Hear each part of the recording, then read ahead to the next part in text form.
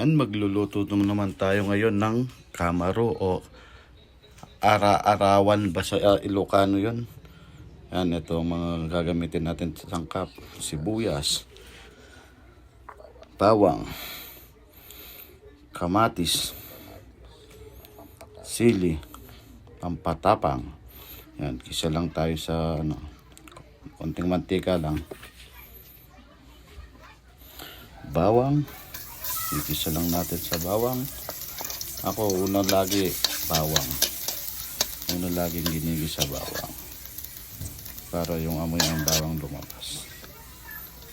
Sibuyas. Yan. Pain lang natin na pag okay na yan, sunod na natin yung kamatis. Halo lang ng halo. Hintay lang natin matunaw yung kamatis. Tapos lagyan ko ng konting patis para magkalasa na. Yan, lagay ko na din yung kamaro.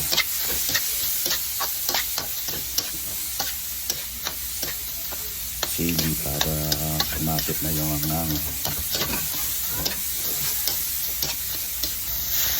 Lagyan ng konting tubig para yung lasa manuot sa loob ng kamaro, pumasok.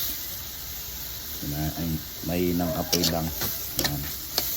Halo lang ng halo. Lagyan ko na din ng paminta, magic sarap, lalagyan ko na din yan. Konti lang para linamnam. Halo mo lang. Tapos yan na. Siyempre titikman natin yan kung anong lasa. Tikman na natin. Yan. Siyempre masarap yan. Luto ko yan eh. Wala namang ako lang nagvo-voice over dyan. Ako lang yung magluluto. Nagluluto dyan kaya masarap. Yan, okay na.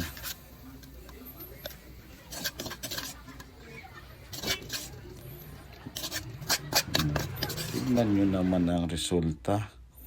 Kung ano ang itsura. Yan. Diba? Pag binili mo sa restaurant yan, ang mahal. Siyempre, ay palabasin ng bida. Yan. Pagkalabas, inom agad. Yan. Cellphone.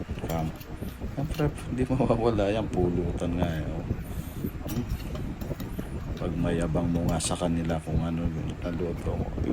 Uy, sarap niyan guys. Nga.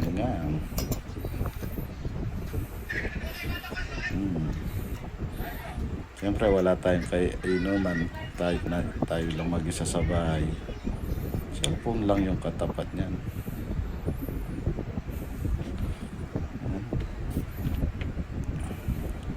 Walang kainuman, sigurado mabilis mauubos yan.